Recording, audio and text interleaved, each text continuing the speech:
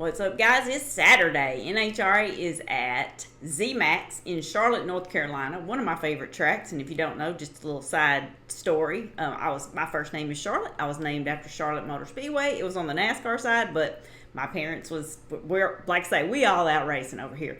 Anyway, let's get to it.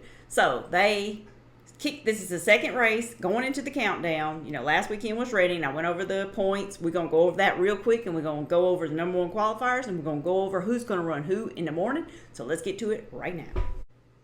Okay, so on the Pro Stock Motorcycle, as far as points, nothing got changed major. Gage still leading Matt. Richard Gaston, Hector Arana, who won last week, so he moved up. Chase Van Sant, John Hall, Angie Smith, Steve Johnson, Gianna Evaristo, and Chris Bostic. That's how they're going into this race. So when you qualify, whoever's the quickest gets 3 points. Whoever the quickest gets 2 points, and whoever's the next quickest gets 1 point. That's how they'll get extra bonus points for that. So they are gunning for these qualifying points, and Matt and Gage have been battling it out as usual. So let's see who's qualified number one right now.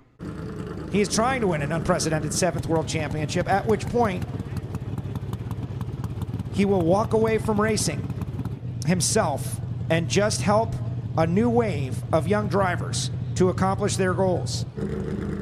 Matt has run 683 and 680, the number one qualifier at King, North Carolina, the son of Tricky Ricky. Gage, 4th out early on the tree. But look at the motorcycles as they make their way down the racetrack, and Matt Smith shocks the category with a 679, 199, 67 low ET of the meet. All right, I was told in my last videos that my ladders went way too fast, so we're going to do it like this. So as you can see, the way the ladder falls, they only had 15 bikes, so whoever got number one qualifier gets a bye run. So they knew it, and they were gunning for it, which you're always gunning for number one, don't get me wrong. But they really want that because they know they're going to the semis. Now, Matt has the potential of facing his wife, Angie, as you see. Whoever the winner is between her and Scally, that's who's going to run each other. So that'll be interesting. And, I mean, it won't be the first time they've ran each other. But he's in the real contentions right now to winning that 7th championship. So that's going to be real interesting to see. Like I say, Hector Arana Jr. versus Bostic, Evaristo versus Johnson, Gage Herrera, number 2, versus Hilton, John Hall versus Kelly Klontz, Richard Gaston versus Tornow, and Ingersoll versus Van Sant.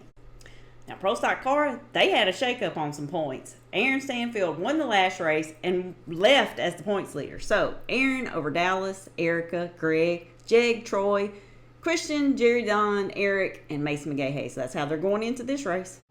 And Pro Stock number one qualifier run right now.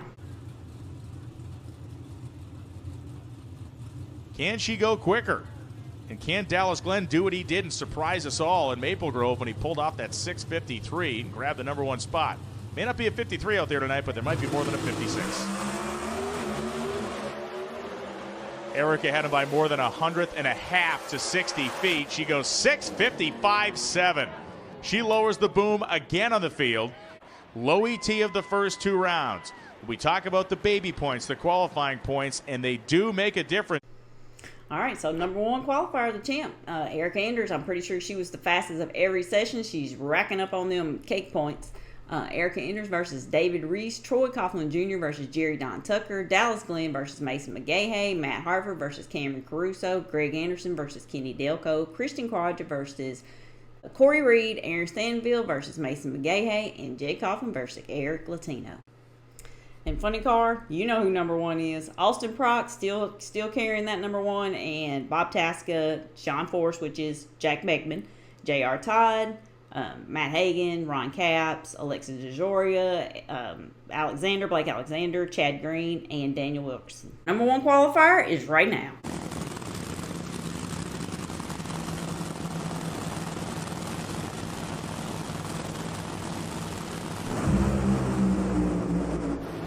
They are both going to finish their respective runs. 383.2 for Hagan. He took it away from him. Amazing 383.2 at 333 for Matt Hagan. And somewhere, somehow, that car has come back into a very threatening piece.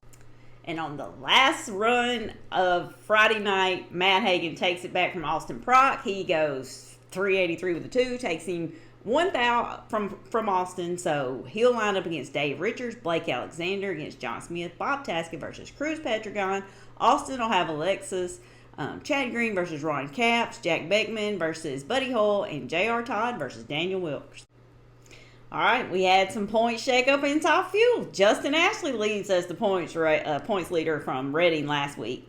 He took over the points when Doug Coletta lost first round to Dan Mercier. So Justin Ashley, Antron Brown, Sean Langdon, Doug Coletta, Steve Torrance, Clay Milligan, my brother, who didn't advance or lose a spot.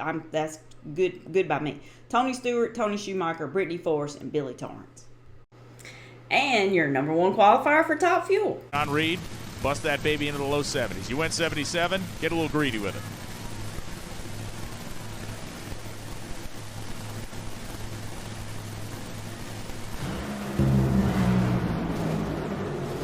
Survey says a 369 at 334 miles an hour for Brittany Forrest. That is the number one qualifying run of the night. And brother report, Clay Milligan, he got a new look. If you hadn't seen his videos, he's got his out. Go check those out. The Mighty Firebreaker is on the wrap on the car this week. It looks awesome. I love the blue. We're all blue family over here. Blue Thunder. My dragster's blue. Anyway, I digress. He took the number 9 spot when he ran 374, 326 miles an hour on Friday night. Going to see that right now. For Clay Milligan, a win at the Toyota U.S. Nationals was another achievement in a list of them that has spanned the decades for this man in Top Fuel Eliminator, both in the IHRA, of course, and the NHRA over his long-standing career. They wanted more than they got out of Maple Grove Raceway. The feeling they had coming out of Indianapolis was that they had a car, a program, that was going to be capable of making a big move at Maple Grove. Wasn't a big move. Didn't give up much ground. But they want to hold on to more and gain some back.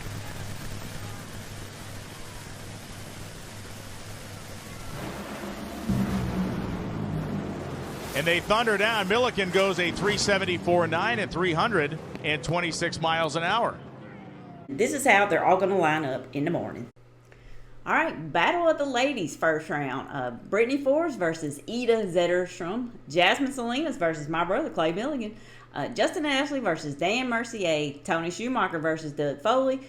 Sean Reed versus Brittany Forrest. Steve Torrance versus Antron Brown. Doug Coletta versus Tony Stewart. And Sean Langan versus Josh Hart. So, y'all know I'll be back for tomorrow night, or if you're watching this on Sunday, I'll be back tonight, do the recap for the race. I appreciate you guys watching, liking, subscribing, and come back and check it out. And leave me a comment, because you know I love them.